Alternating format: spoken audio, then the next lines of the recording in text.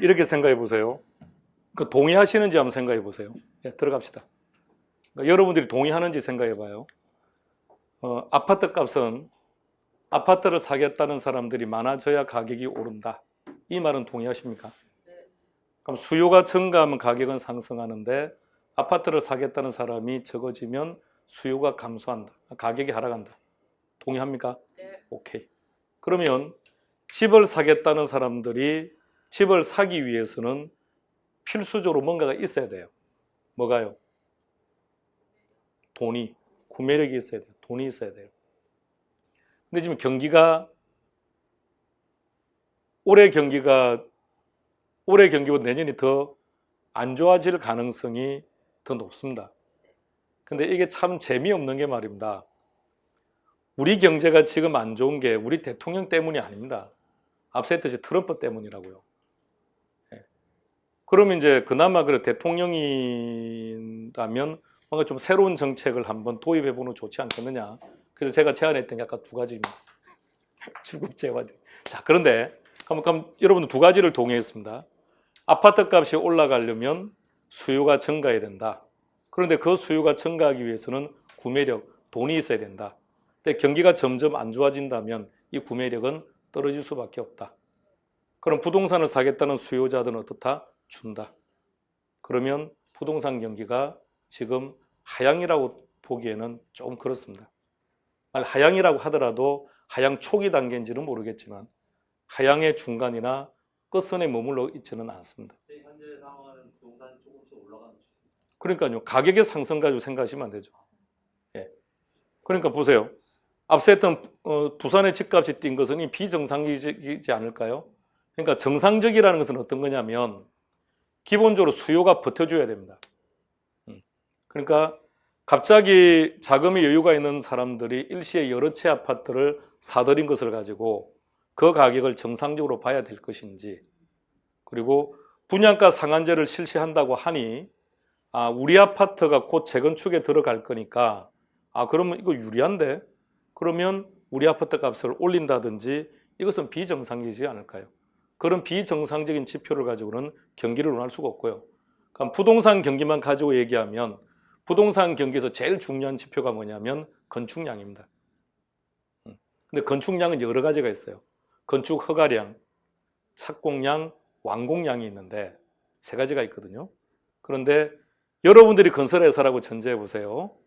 여러분들이 건설회사라면 관할구청에 신청해야 될 거 아닌가요? 내가 어디에 이만큼을 공급하고 싶은데 이 가격 가능하겠니라고. 자, 그래서 구청에서 오케이 공급하세요라고 한다면 자, 언제 신축이 들어갈까요?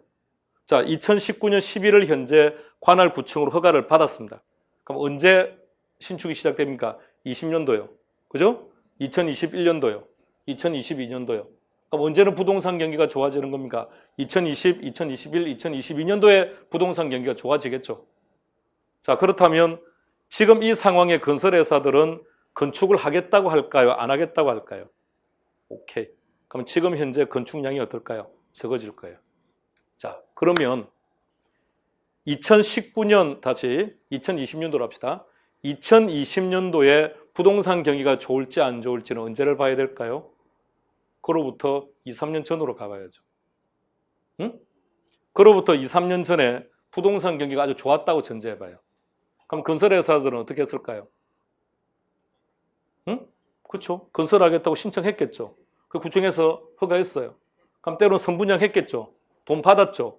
그럼 경기가 좋든 안 좋든 건설은 해야죠. 그럼 경기는 좋아지겠죠. 왜? 일단 건축량은 많아질 테니까. 그럼 2, 3년 전에 경기가 좋았는지를 바라봐야죠. 2, 3년 전에도 별로 재미는 썩 없었거든요. 그렇다면 일정 기간 부동산 경기는 별 재미없을 가능성이 많다는 얘기죠. 자, 그 다음 가격이 오르는 것은 말입니다. 우리가 호가 이런 말 쓰죠. 그게 무슨 말이에요? 호가는 집을 가진 자가 이 가격에 팔았으면 좋겠다고 부르는 겁니다. 저는 거기서 왜 20억에 팔았으면 좋겠다고 말하는지는 모르겠습니다. 저한테 호가를 물어보면 200억을 부르겠습니다. 그리고 사겠다는 매수자가 찾아오면 제가 100억을 깎아주겠습니다. 100억, 이 사람 100억이나 깎아주는데? 그러니까 호가는 아무런 의미가 없다는 뜻입니다. 실거래가가 중요합니다. 실거래가가 중요한 거고. 근데 앞서 또 하나 말씀드렸듯이 시중에 유동자금들이 너무 많습니다. 1100조라는 유동자금들이 많고 이번에 실제 우리가 경험한 것처럼 현금 보유량이 많으신 분들도 많습니다. 그러니까 부동산 경기 좋든 안 좋든 그분들은 움직여서 얼마든지 투자를 할 수 있다는 거죠. 그로 인해서 가격이 상승한 것을 가지고 우리가 경기를 논하는 것은 위험하겠죠. 실제 이제 정확한 데이터 속에서는, 지표 속에서는 그런 것들은 정상 지표로 보지는 않습니다. 경기가 좋은지, 부동산 경기가 좋은지 안 좋은지 뭘 봐야 되느냐면 중개사무실을 찾아가서 앉아 있으면 돼요. 1시간 앉아 있으면 돼요. 전화가 몇 통 오는지, 의뢰인들이 몇 명 찾아오는지, 혹시 계약 쓰는 거는 몇 건인지 이런 것들, 그런 것들을 보면 돼요. 그래서 저는 개인적으로 앞서 뉴스에서 나오는 정보는 쓰레기라고 말씀을 드렸는데 어쨌든 뉴스에서 어떤 얘기가 나오면 저는 합격자들한테 전화를 해서 물어봅니다. 우리 업을 하시는 분들한테. 그래서 여러분들이 꼭 합격해야 되는 이유가 제 정보원들이기 때문에 그래요. 그래서 업을 하고 계시니까 전화 걸어서 어떠냐 물어보면 말도 안 된다든 막 이렇게 얘기를 해요. 그럼 거기서 그분들이 말하는 게 제일 정확한 거예요. 그래서 저는 개인적인 생각이 그래요. 중개업을 했을 때 가장 큰 장점, 본인의 능력과는 관계없이 실물 경제의 흐름을 누구보다 빨리 감지할 수 있다. 자, 중개업을 하고 있습니다. 부동산 경기가 바닥을 찍었다는 것을 어떻게 알 수 있습니까? 어느 날 전화가 자주 와요. 어느 날 찾아오는 사람들이 많아요. 사겠다고 자꾸 뭐 찾아와요. 바닥 찍고 있다는 뜻입니다. 본인의 능력이 아니지 않습니까? 중개업의 매력은 그거예요. 그래서 여유 자금을 가지고 있는, 어느 정도 자금을 융통할 수 있는 능력 있는 중개사, 그 대출을 추가로 받을 수 있는 중개사들은 그래서 수익이 높다는 얘기예요. 그럴 때는 자기가 투자하는 거죠. 좋은 물건 들어오면 자기가 잡는 거죠. 자, 합격합시다. 경기가 좋아지기를 기도합시다. 경기가 좋아지기를 원하시는 겁니까? 몇 학년입니까, 아기가? 4학년. 그 친구한테 용돈 얼마 주죠? 용돈을 안 준다고요? 10,000원. 기간은? 한 달에 10,000원 준다고요? 자, 우리나라 경기가 좋아지기를 원합니까? 오케이. 그러면 용돈을 높이세요. 앞쪽에 손 대지만 뒤쪽에 공을 붙이세요. 네. 아버님의 용돈을 드리시죠. 그 용돈을 높이세요. 어머님한테 용돈 드리죠. 그 용돈은 드리면 안 됩니다. 어머님의 특징 받으면 안 씁니다. 왜 우리나라 어머님들은 자녀들한테 용돈을 받으면 안 쓰는지를 모르겠습니다. 국가 경제 성장에 아무런 도움이 안 되는 분들입니다. 어머니한테 드리면 안 돼요. 어머니는 마음이 아프다는 이유 때문에 돈을 안 씁니다. 그분은 드리지 마세요. 그러니까 아버님과 자녀들의 공통점이 있습니다. 어떤 공통점요? 주면 주는 대로 다 써준다는 거예요. 국가 경제에 아주 좋으신 분들입니다. 그 두 분들한테만 용돈을 높이는 거예요. 그래서 국가 경제 살아요. 우리가 할머니에게 용돈을 드리면 할머니한테 드렸던 그 용돈은 우리가 언제 발견합니까? 할머니 사후에 어디에 있던가요? 장판지 밑에요. 이게 국가 경제에 어떤 도움을 주겠습니까? 그러니까 우리는 지금 현재 대한민국 철저하게 소비가 미덕인 시점이에요. 우리는 저축은 악덕이에요, 지금. 소비가 미덕입니다. 동의하는 거죠? 그럼 소비해야죠. 이제 곧 끝날 겁니다. 어디 가실 겁니까? 그렇죠. 그 식사하고 난 그 다음에는요. 집을 가는 게 아니라는 얘기입니다. 집을 왜 가면 집은 잘 때 가는 거고. 소비해야죠, 소비. 카드 긁으러 가야죠. 그래서 카드를 긁고 긁다가 개인 파산하는 것은 개인의 문제니까 괜찮아요. 응? 국가 경제가 먼저 살아야죠. 그러니까 이게 우리 또 다음 주 이제 본격적인 진도는 이제 금융부터 시작할 텐데요. 기준금리 얘기도 하고 막 이렇게 할 겁니다. 근데 정부가 기준금리를 내린다는 뜻은 앞으로 경기가 어떻게 된다는 뜻입니까? 경기가 좋아진다는 뜻입니까? 안 좋아진다는 뜻입니까? 경기가 좋아지면 금리를 낮출 이유가 없죠. 인플레를 유발시키는데. 앞으로 경기가 안 좋을 것 같으니까 선제적으로 금리를 내려서 소비를 촉진시키고자 하는 겁니까? 근데 문제가 하나 있어요. 이제 국민들이 너무 똑똑해졌다는 얘기입니다. 금리를 낮추면 경기가 안 좋아질 것이기 때문에 낮췄구나는 사실을 알게 되니까 소비를 더 줄여버립니다. 참 이게 문제입니다. 똑똑해도 문제입니다. 80년대 90년대는 내렸다는 말도 안 하지만 내려도 뭔지를 몰라요. 그리고 각자 자기 생활을 해요. 근데 지금은 국민들이 너무 똑똑해서 정부 정책을 내놓으면 정책에 딱 맞물려서 같이 행동해요. 분양가 상한제를 실시하면 분양가가 싸질 것이기 때문에 앞으로 가격이 떨어지니까 기다려야 되는데 현금을 보유한 자들은 아하, 새 아파트 값 앞으로 희소해지겠구나, 오르겠구나, 당장 사버리지 않습니까? 국민들은 아주 똑똑해졌다는 얘기입니다. 그러니까 정부가 정책을 쓰기도 힘들어졌다는 얘기예요. 병원에 자주 다니신 우리 할머니들을 떠올려 보세요. 집에 있는 약을 스스로 조제해서 드십니다. 그죠? 손자부터 모든 가족들 약을 다 가지고 오셔서 스스로 조제하십니다. 왜? 경험이죠, 경험. 축적된 경험. 그러니까 이게 경험이라는 게 그래서 무섭다는 얘기입니다. 분양가 상한제라고 하는 정책이 예전 같은, 정부는 앞서 했던 것처럼 2006년도와 13년도에 그것을 가지고 지금 말을 하고 있지만 그 효과는 나타나지는 못할 겁니다. 왜냐하면 경험을 이미 한번 해버렸거든요. 경험을 한번 해버렸기 때문에 그것에 대한 긍정적, 부정적 효과를 이미 국민들은 다 알고 있으니까요. 자, 치대론. 자, 앞서는 입지론 했죠, 입지론. 입지는 어디에 위치하면 좋을까죠? 그럼 치대는 뭘까, 치대론은? 왜 1,000만 원이지? 왜 치대, 토지 사용료, 임대료? 왜 1,000만 원이지? 그 1,000만 원인 이유에 대해서 여러 학자들이 주장했다는 얘기입니다. 한 사람 합시다. 튜넨. 제목 한번 쭉 보시고요. 제목들이 많아요. TV에 보면 골든벨 울려라는 프로 있죠. 퀴즈 프로. 거기 50번 정답 중에 한 번이 고립국이 답이었습니다. 튜넨이 쓴 논문입니다. 논문 제목인데 거기서 입지교차 치대설을 주장해요. 그때 강조했던 게 위치입니다. 그래서 우리 시험은 위치 치대설이라고 지금 즐겨 표현하고 있습니다. 농경지 지대라 그랬습니다. 그림 구경해 보세요. 제일 안에 중심이 뭐라고요? 읍내입니다. 읍내. 거리가 멀어짐에 따라서 작물의 성격들이 달라집니다. 6번지에 갑돌이가 배추 농사를 짓고 있습니다. 이 사람이 튜넨입니다. 찾아가서 이렇게 물었어요. 그랬더니 갑돌이가 이렇게 말하더랍니다. 포기당 100원입니다. 라고. 그 튜넨이 구체적으로 100원인 이유를 설명해 달라고 했더니 이렇게 말하더랍니다. 아, 그래? 자, 그러니까 갑돌이는 이렇게 표현을 한 거죠. 6번지에서 배추를 생산을 해서 팔아야죠. 어디 가서요? 시장 가서. 시장이 지금 어디에 있습니까? 1번에. 갔다 왔다 수송비가 30원 발생합니다. 그래서 100원 받습니다라고 하더래요. 그 이야기를 들은 튜넨이 이번에는 2번지에서 농사를 짓고 있는 얼돌이를 찾아간 거예요. 역시 물어본 거죠. 이렇게 말하더랍니다. 그래서 이유를 물었더니 이렇게 설명하더래요. 자, 그래서 튜넨이 따진 거예요.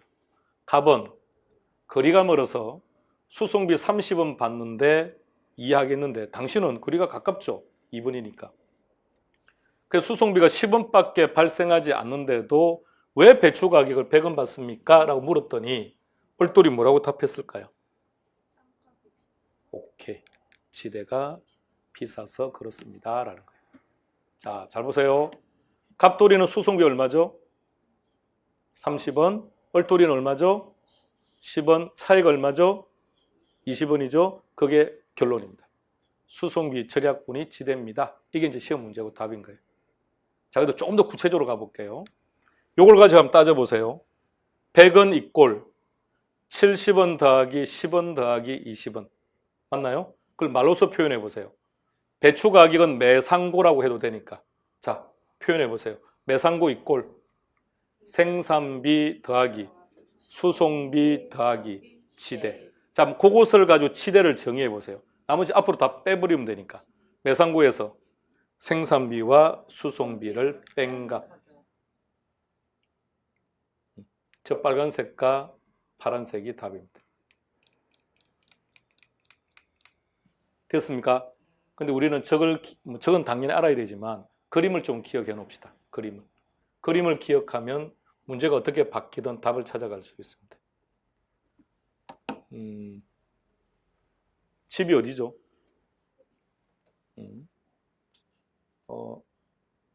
회사는 어디에 있죠? 강남에. 오케이, 이렇게 하는 거예요. 그럼 강남으로 이사를 오죠. 직장 다니기 편하게. 집값 때문에. 그럼 따져봐요. 세곡에서 다니는 것보다 집이 강남에 있으면 출퇴근하는데 수송비가 적죠. 그래서 비쌉니다라는 성명을 한 거예요, 이 사람. 그러니까 이 시절에 왜 이렇게 땅값이 비쌉니까? 왜 임대료가 비쌉니까? 지대가 비쌉니까? 라고 물은 거죠.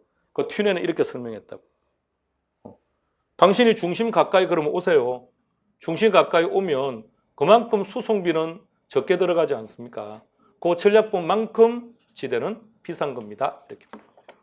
자, 이런 주장을 여러 학자들이 했다는 거죠. 개발입니다. 뒤에 배경이 뭔 것 같습니까? 주상복합 같습니까?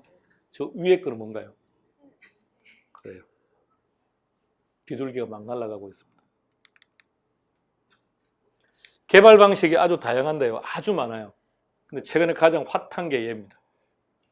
요거 한번 볼게요. 그림 구경하세요. 구경했습니까? 저기 재개발해야 됩니까? 재건축해야 됩니까? 오케이. 이제 아시겠죠? 그 다음 주에 이제 그 그림 한 번 더 보게 되면 훨씬 더 편하실 겁니다. 자, 상태가 도로 상태도 확인해 보시고, 여러분들은 지금 1번지에, 2번지에, 10번지에 막 이렇게 살고 있는 중이에요. 그런데 구획도 참 지저분하고, 그럼 저럴 때 건물 들어가면 건물도 좀 약간 뭔가 삐뚤삐뚤 이렇게 만들어져야 되겠죠. 그죠? 자, 그런데 이것을 환지 방식으로 개발을 하는 거예요. 자, 개발 후는 어떻게 될까요? 개발 후는? 그렇죠. 오케이. 이렇게 되는 거죠. 이게 환지 방식이에요. 자, 그런데 개발은 누가 할까요? 정부가. 수용한 겁니까? 아니라고요. 수용한 게 아니라고요. 여러분의 소유권은 그대로 다 인정을 해줘요. 그리고 정부가 지금 개발을 하는 거예요. 환지방, 수용한 게 아니고 환지 방식으로. 근데 이제 문제가 하나 있어요. 개발을 하고 나면 지가가 상승하지 않습니까? 그럼 여러분들은 가만히 앉아서 불로소득을 가져가는 거 아닙니까? 그건 안 되죠. 국가가 말을 해요. 일정한 개발비는 부담하라고. 현금 1억을 들고 갔더니 정부가 뭐라고 하느냐? 그건 됐대요. 현금은 필요 없고 가지고 있는 토지를 달래요. 그 토지를 세 글자, 채비지라 그래요. 채비지, 공사비로 충당된 토지. 시작. 공사비로 충당된 토지. 그러면 사업자는 이 채비지를 제3자에게 팔아먹을 수 있다고요. 그럼 자금이 들어오죠. 그걸로 개발을 한다는 거죠. 자, 그러면 잘 보세요. 개발 전에 1번지와 개발 후에 1번지를 비교해 보세요. 면적은요? 그렇죠. 2번지도 보세요. 면적은요? 작아졌죠. 즉 환지 방식은 이렇다는 얘기입니다. 아, 면적 기준이 아니구나. 가격 기준. 개발 후에 가격이 뛰죠. 개발 전과 개발 후에 가격을 근거로 해서 환지 바꾼다고요. 자, 또 하나. 개발 전에 1번지에 내가 살고 있었다고 해서 1번지를 꼭 가져가는 것 아닙니다. 그건 어찌 될지 몰라요. 김대중 정부 이전까지는 개발업자가, 시행자가 함부로 결정했습니다. 근데 지금은 그렇게 못해요. 다 같이 모여서 추첨해야 돼요. 복귀해서 가져가요. 물론 당연히 가격을 근거로 했어요. 자, 첫 번째 한번 보세요. 뭐라고 했는지. 수용한 게 아니라 그랬죠. 그러니까 당연히 소유권은 그대로 가지고 있는 거예요.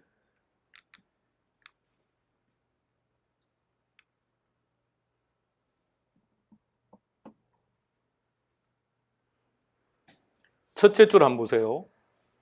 위치나 지목이나 등등등을 왜 고려할까요? 응? 오케이. 그래야 가격이 나오죠. 그래서 개발 전에, 방금 말했죠. 면적 기준이 아니고 가격 기준이라고.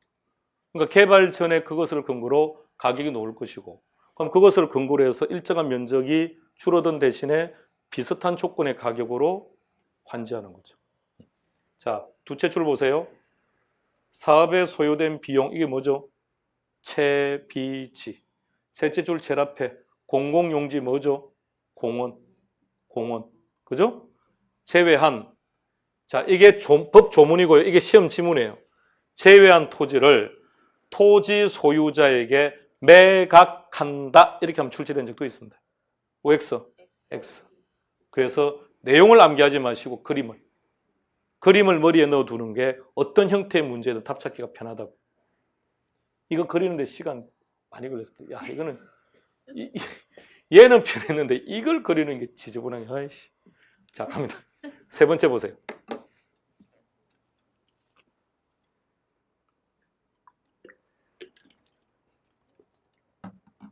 자, 제일 첫 번째 표현, 자주 뜨는 표현입니다.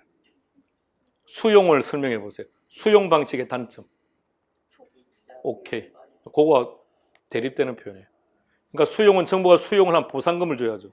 수용 방식의 단점, 초기 투자 비용이 아주 많다, 높다. 근데 얘는 어때요? 보상한 거 아니죠. 1번 소유권 인정했으니까. 그리고 공사비 어떻게 했으면 여러분들이 제공한 채비지 가지고 또 해결하죠. 일부의 비용만 부담하는 거예요. 그러니까 비용 부담이 저렴하고, 그 다음 채비지를 통해서 충당하고. 자, 두째 줄 가봐요. 토지 소유자는 면적이 줄었는데 어떻게 개발 이익을 얻을까요? 집가가 상승했고 향후에 더 상승하겠죠. 상태를 보니까. 그 다음에 사업자는 어떻게 해서 개발 이익 가져갈까요? 특별한 비용 들어간 거 없죠. 그리고 개발을 했어요. 집가 뛰었죠. 채비지 팔아먹을 수 있다고 하지 않습니까? 거기서 수익 생길 수 있죠. 이게 환지 방식입니다. 자, 이 내용을 박스 속에 제시하고 다음과 같은 개발 방식은 무엇을 설명하는지 찾아라. 또는 다음은 환지 방식에 대한 설명이다. 잘못된 것 찾아라. 이렇게 놓는 겁니다. 그런데 내용을 단순히 암기하시는 것보다 그림이 들어가 있으면 여러모로 편하실 겁니다. 개발이었습니다. 관리는 워낙 간단해요. 용어만 한번 쭉 스크린하고 끝. 자, 마지막 마케팅입니다. 자, 여기서는 한 가지 합시다. 제목 뭐라고요? 마케팅이 나왔다 그러면 항상 튀어나오는 겁니다. 지문이 한 개이든 두 개이든. 자, STP 전략입니다. 자, 각각 무슨 뜻인지부터 기억하세요.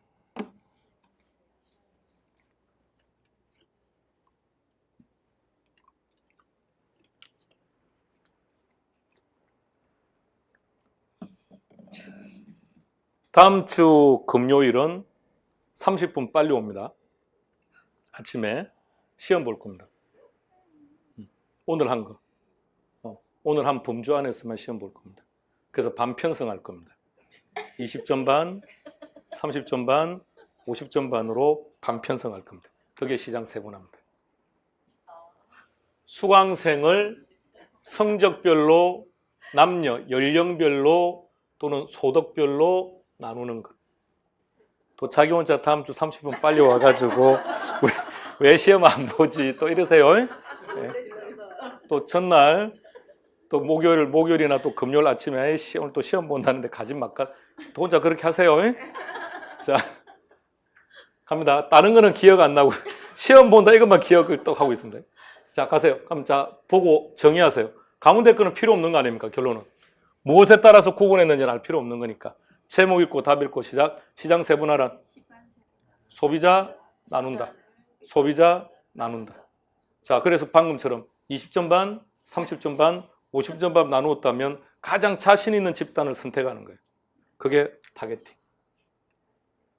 키는 가장 자신 있는.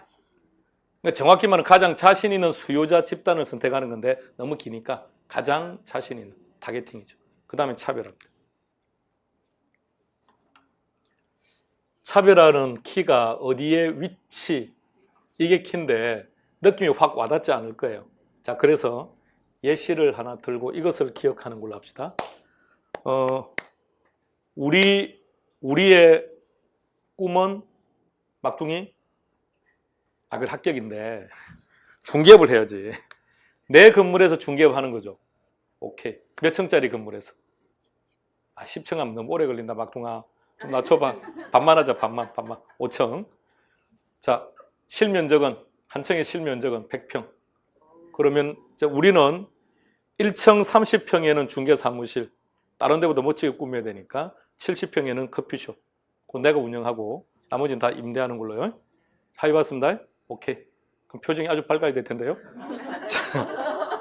자, 그래서 이제 우리는 70평에는 커피숍 하기로 한 겁니다. 자, 봅시다. 이게 뭘 하고 있는지를 보세요. 남녀로 소비자를 지금 나누고 있습니다. 그죠? 연령별로 나누고 있습니다.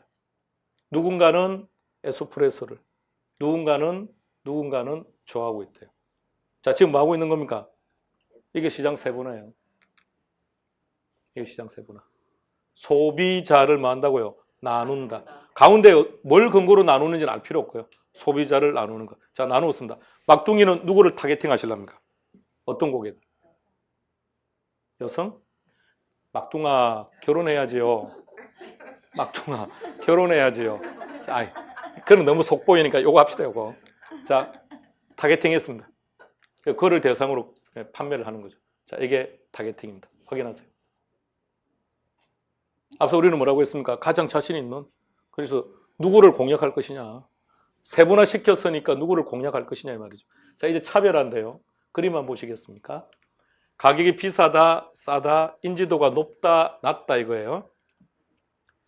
현재 우리나라에 존재하고 있는 커피 브랜드들 중에서 상대적으로 인지도가 가장 높으면서 가격도 가장 비싼 브랜드가 그럼 저기 위치. 우리는 차별화가 뭐라고요? 어디에 위치시킬 거냐? 그럼 쟤는 저렇게 위치를 시킨 거예요. 예. 자, 쟤는 기본적으로 인지도를 근거로 가격을 높인 거예요. 물론 처음에 들어올 때도 가격은 비싸긴 했습니다만. 예. 자, 그러면 상대적으로 쟤에 비해서 상대적으로 이름을 까먹었습니다. 그 아저씨요. 아, 백다방. 합격이에요. 진짜 합격이에요. 백다방은 어디에 위치시킬까요? 응? 스타벅스보다는 가격은 낮고 인지도는 상대적으로 조금 떨어진다. 그럼 여기에 배치시킬게요. 네. 이게 어디에 위치시킬 거냐는 겁니다. 자, 그 다음 이디야요? 그럼 어디에 위치시키면 좋을까요? 개인적으로 제가 잘 몰라서 저는 여기에 위치를 시켰는데 보통은 인지도가 백다방보다 높다라고 보통 말을 하더라고요. 자, 뭐 저는 일단 이렇게. 자, 그럼 이게 차별화라고요. 의미 아시겠습니까? 어디에 위치시키느냐라는 말의 의미. 자, 그렇다면 이제 여러분들의 커피숍은 어디에 위치시킬 겁니까?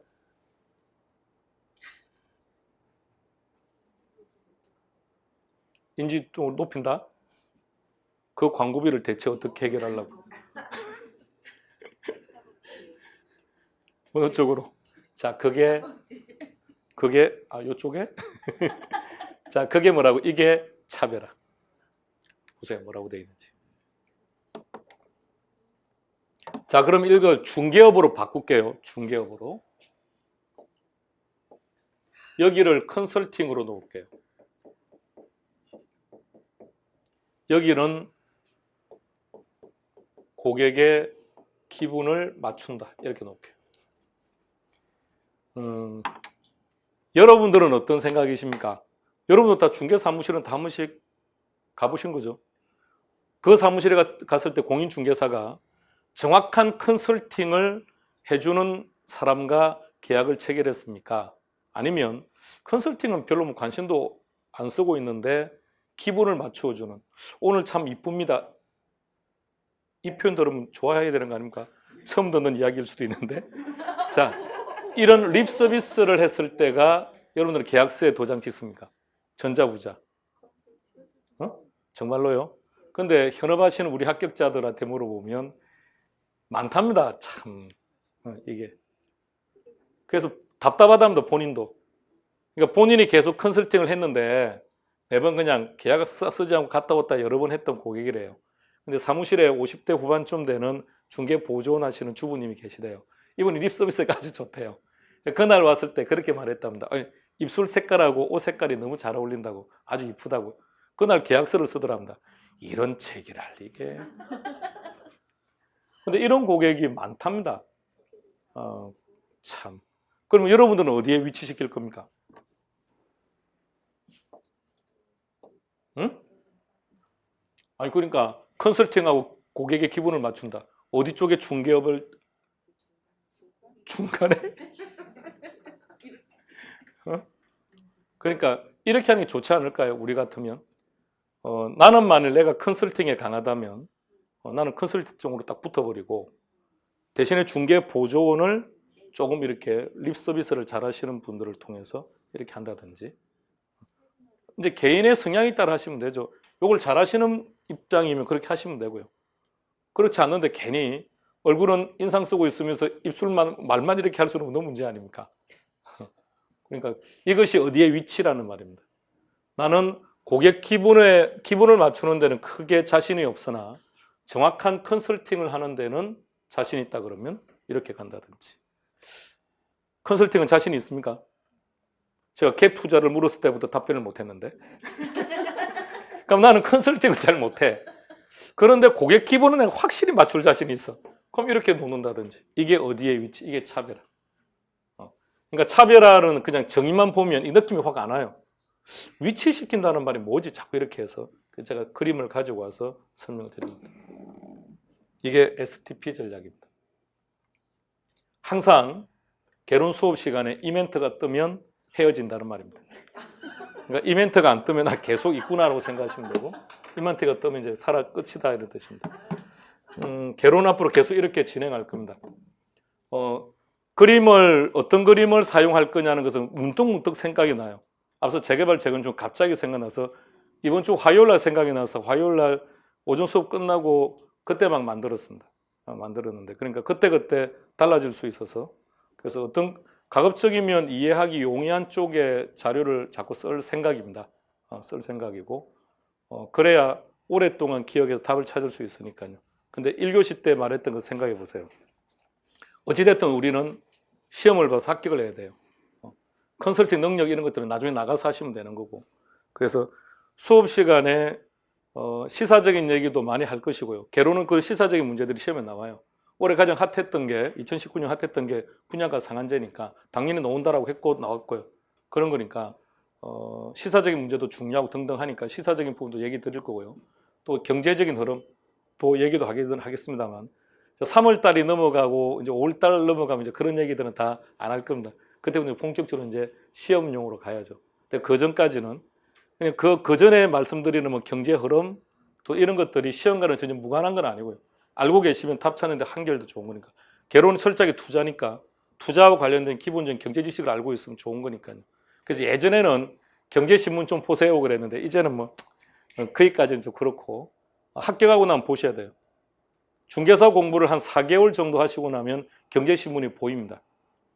우리 과목에 그것을 다 볼 수 있는 내용들을 학습하기 때문에 지금은 경제신문 보는 게 힘들어요. 그 전부 전문 용어들이 나오기 때문에 한 4개월, 6개월 지나면 충분히 읽어질 거예요. 그래서 합격하시고 나면 사무실에 꼭 경제신문들은 구독하시고 계속 보셔야 돼요. 그래야 컨설팅을 할 수 있으니까. 공인중개사도 계속 공부해야 되는 직업이에요. 그죠? 고객들이 상당한 지식을 갖고 오지 않습니까? 그와 대화를 해야 되는데 중개사인 내가 몰아서는 안 될 거 아닌가요? 그러니까 그런 정보들이 늘 오픈되어 있어야 되고요. 자, 시험 치른 날까지 우리는 이렇게 개론은 진행할 겁니다. 그래서 계속 반복하는 걸로요.